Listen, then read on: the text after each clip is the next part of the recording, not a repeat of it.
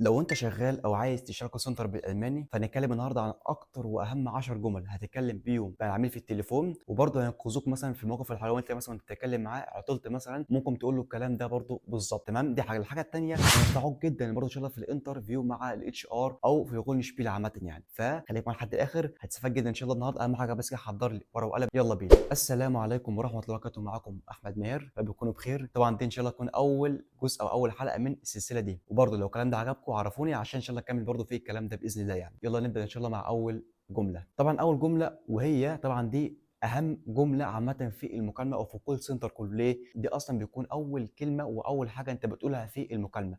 بمعنى ايه؟ مثلا اول مثلا ما يكون او العميل مثلا يكلمك في حاجه في التليفون، فانت بتقول له الجمله دي بالظبط طبعا، وهي Hallo schönen guten Tag, mein Name ist Ahmed, wie kann ich Ihnen weiterhelfen? Hallo schönen guten Tag, mein Name ist Ahmed Maher, wie kann ich Ihnen weiterhelfen? Nochmal بالراحة شوية.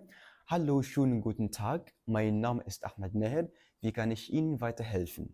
طبعا ده معناها انك مثلا بتقول له التحيه، تمام، والكلام ده كله اللي هي البيجروسنج يعني، وبتقول انك اسمك كذا كذا، فاساعدك ازاي يعني. حرفيا دي من اهم الجمل في الكول سنتر عامه يعني. فطبعا سجلها عندك اهم حاجه وقولها كده زي بالظبط. اما تاني جمله، وهي طبعا انت مثلا بتقولها في حاله لو انت ما فهمتش عميل كويس قوي، قال لك مثلا جمله كده ولا حاجه ما فهمتهاش، قال لك مثلا او اتكلم ولا حاجه بسرعه شويه، فانت مثلا ممكن تقول له الجمله دي بالظبط، وهي Entschuldigung, das habe ich nicht ganz verstanden. Bitte kannst du es doch mal wiederholen.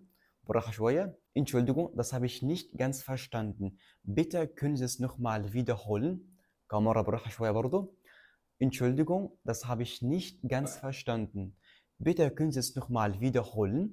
طبعا معناها انك مثلا بتقول له معلش والله انا ما فهمتش الكلام ده كويس قوي، فعيد تاني وبالراحه شويه برضه. تاني جمله، وهي مثلا انك بتقولها في حاله لو انت عايز انك تراجع بيانات العميل الاول، فانت بس ممكن تقول له كده بالظبط. Einen Augenblick bitte, ich prüfe erstmal Ihre Daten. Einen Augenblick bitte, ich prüfe erstmal Ihre Daten. بالراحة شوية.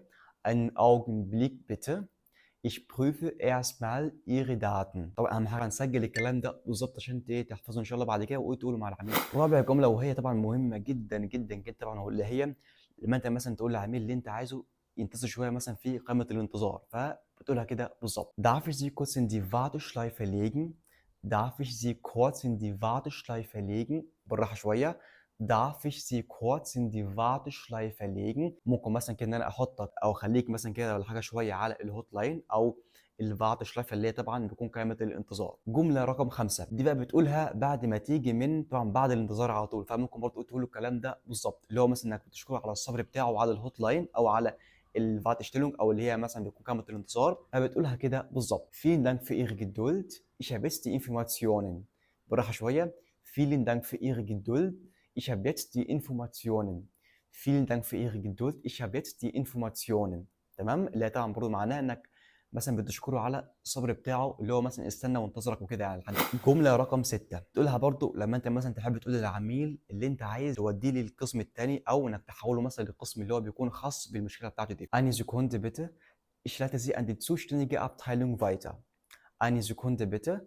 Ich leite Sie an die zuständige Abteilung weiter. بالراحة شوية. Eine Sekunde bitte. Ich leite Sie gerne an die zuständige Abteilung weiter. طبعا معناه اللي انت مثلا عايز انك تقول له ان انت هتحوله بعدين، او عايز انك مثلا توديه على القسم الخاص بحل مشكله العميل دي بالتحديد يعني. اما جمله رقم 7 طبعا، وهي انك مثلا بتقولها في اخر الكول، بمعنى انك مثلا بقى حليت للعميل مشكلته كلها، حليت كل حاجه ليه، بس بقى طبعا انك تقول له لو انت مثلا محتاج اي حاجه تانية اساعدك فيها، ممكن تقول له الكلام ده بالظبط، وهي Gibt's noch etwas womit ich Ihnen helfen kann؟ بالراحه شويه. Gibt's noch etwas womit ich Ihnen helfen kann؟ Gibt es noch etwas womit ich Ihnen helfen kann؟ طبعا معناها انك مثلا بتقولها اللي انت مثلا لو انت عايز عندك اي سؤال تاني ولا حاجه ممكن تسالني انا اساعدك فيه. طبعا ده معناها بالظبط. جمله رقم 8 بتقولها مثلا في حاله لو انت عايز انك تقول للعميل اللي انت عايز تبعت له الدات او اي حاجه مثلا عايز انك يعني تبعتها له ولا حاجه على الايميل، فبتقولها كده بالظبط. Ich habe gerade Ihre Daten per E-Mail geschickt. Ich habe gerade Ihre Daten per E-Mail geschickt. بالراحه شويه. Ich habe gerade Ihre Daten per E-Mail geschickt. يعني انا بعت لك حالا دلوقتي الحاجه اللي انت او الداten. جمله رقم 9 وهي Der zuständige Kollege ist momentan nicht erreichbar. Möchten Sie ihn nochmal zurückrufen? Der zuständige Kollege ist momentan nicht erreichbar. Möchten Sie nochmal, dass er zurückrufen? بالراحه شويه. Der zuständige Kolleg ist momentan nicht erreichbar. Möchten Sie, dass ihr Sie nochmal zurückrufen؟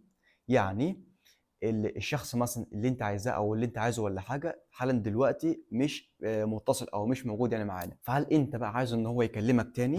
جمله رقم 10 طبعا والاخيره، وهي Danke für Ihren Anruf, ich wünsche Ihnen einen schönen Tag. Danke für Ihren Anruf, ich wünsche Ihnen einen schönen Tag. يعني انت في اخر الكول بعد ما حلت له كل حاجه، بعد ما عملت له كل حاجه، وبرضه بتشكره على مكالمته هو، وبتقول له اتمنى لك يوم سعيد. نكمل بالراحه شويه. Danke für Ihren Anruf. Ich wünsche Ihnen einen schönen Tag. وبس كده يا صديقي، طبعا دي كانت اهم واول 10 جمل لازم طبعا انك تتعلمهم لو انت عايز انك تشتغل في الكول سنتر، او لو انت حتى حالا دلوقتي طبعا شغال. وبرضه حاول طبعا انك تكتب تحت في التعليقات لو انت مثلا عايز جزء تاني من الكلام ده. واهم حاجه طبعا لو انت استفدت، اهم حاجه بس طبعا اشترك في القناه، تمام؟ وطبعا حط لك الفيديو عشان يوصل لغيرك الفيديو باذن الله. ولو عندك اي سؤال في اي حاجه قول لي بس، وانا ان شاء الله هردك في اسرع وقت باذن الله يعني. بكون استفدنا، وبس nächsten Mal.